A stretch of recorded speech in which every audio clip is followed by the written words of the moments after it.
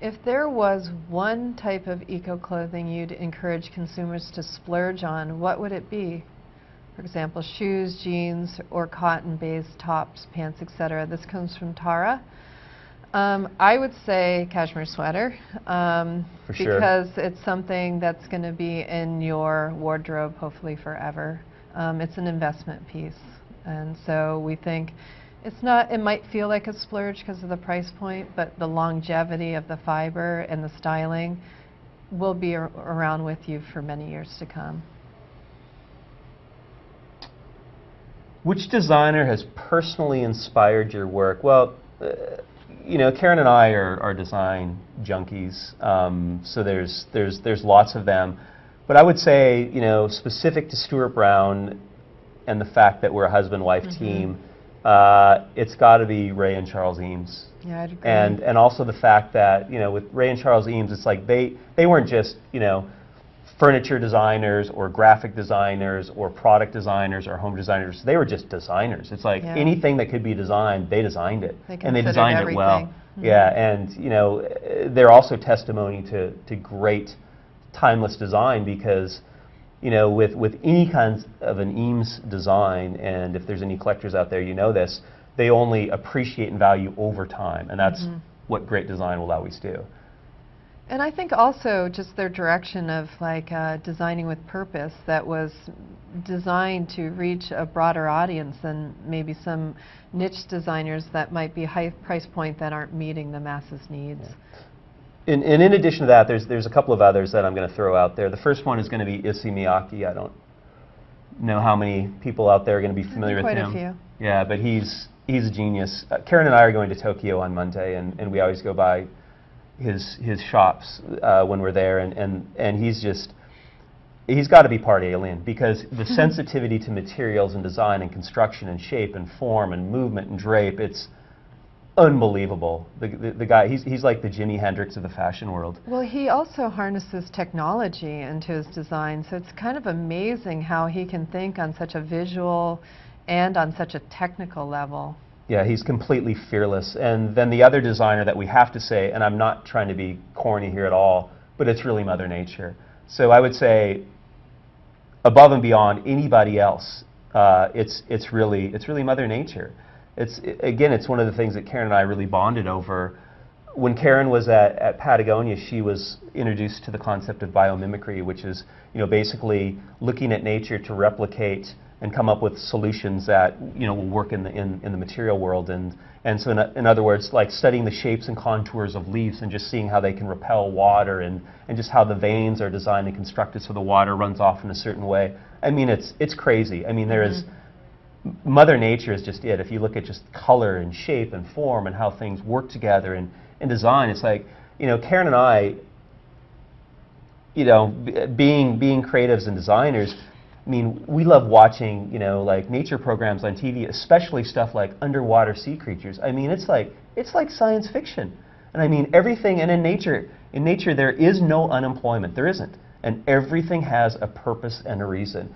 And if we could just all just kind of stop and pay attention to that and really see what those benefits are, because those benefits are free to us. But we're just too busy like destroying everything and thinking that technology is the answer, you know, to everything, and technology is amazing. Yeah. We couldn't do this today without it, but you know, Mother Nature still is measure, model, and mentor, you know, and that's what you lead with.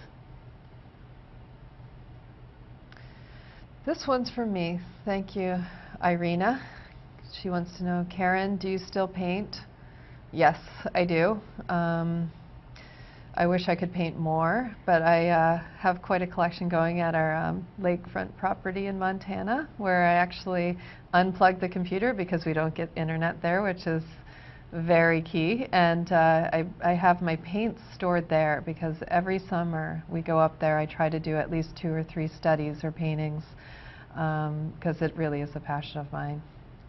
And then in my day-to-day, I still am working on my artwork through my journals, which are very important to me from both a work perspective and from just having the creative outlet of creating little paintings within my journal. Karen's journals are unbelievable. Thanks, And Howard.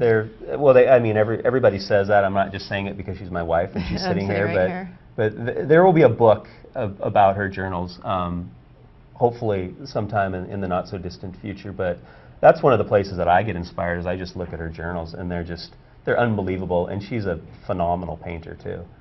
So yeah.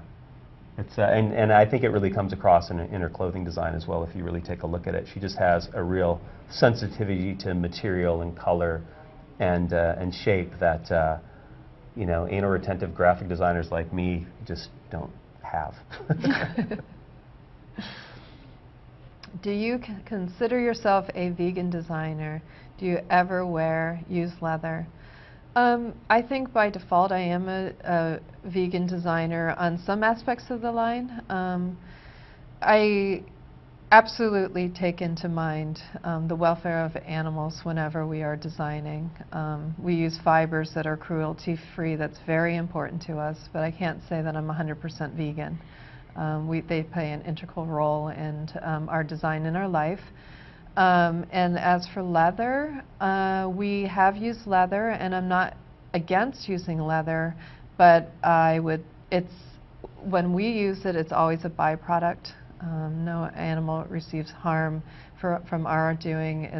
It's a second spin from what's being used for that animal.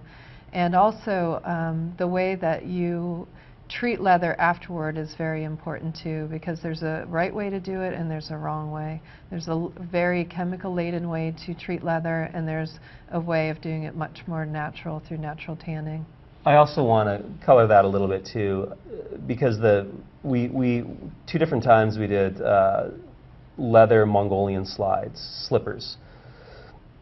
And the way that we did it is we actually did a program in Mongolia, and it was a program where, you know, Mongolia is it's an enormous country, and there's only one city, and there's, you know, most of the people who live in the country, or who don't live in Ulaanbaatar, which is the main city, are nomadic.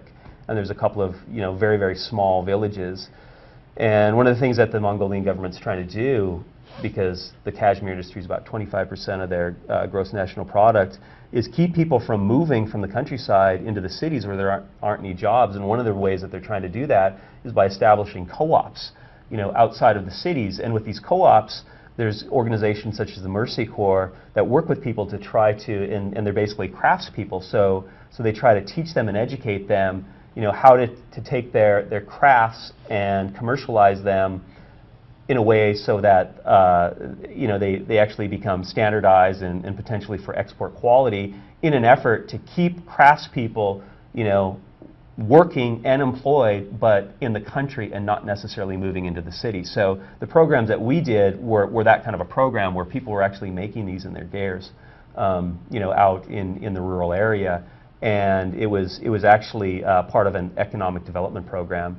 So, you know, if you go to Mongolia and you start standing on your soapbox about, you know, certain things that are an integral part of their culture, for example, speaking out against using leather, they're going to look at you like you're a crazy person, because, you know, these are people who are living sustainable lifestyles. I mean, they tread extraordinarily lightly on the earth. They, you know, having been there many times and having witnessed this with my own eyes, they're so sensitive. I mean, their animals are their lifeblood. I mean, you know, they'll bring the baby, you know, animals, whether they're goats or sheep or cows, into their gairs to like live with them, and they'll feed them out of bottles. I mean, they are incredibly sensitive to them. And, you know, when the animal, you know, passes its prime, then, you know, they don't, you know, much like the Plains Indians, the Native Americans, they don't let anything go to waste, and that includes the hide and the leather. So, you know, they make stuff out of everything. So it's pretty tough to pass judgment on, you know, people who have been living a much more sustainable lifestyle than we have, because, you know, their culture has certain barriers to exist in. Next question is, have you dressed any celebrities? If so, who was your favorite to work with? I forgot what that means. 5 minutes. Okay. Okay.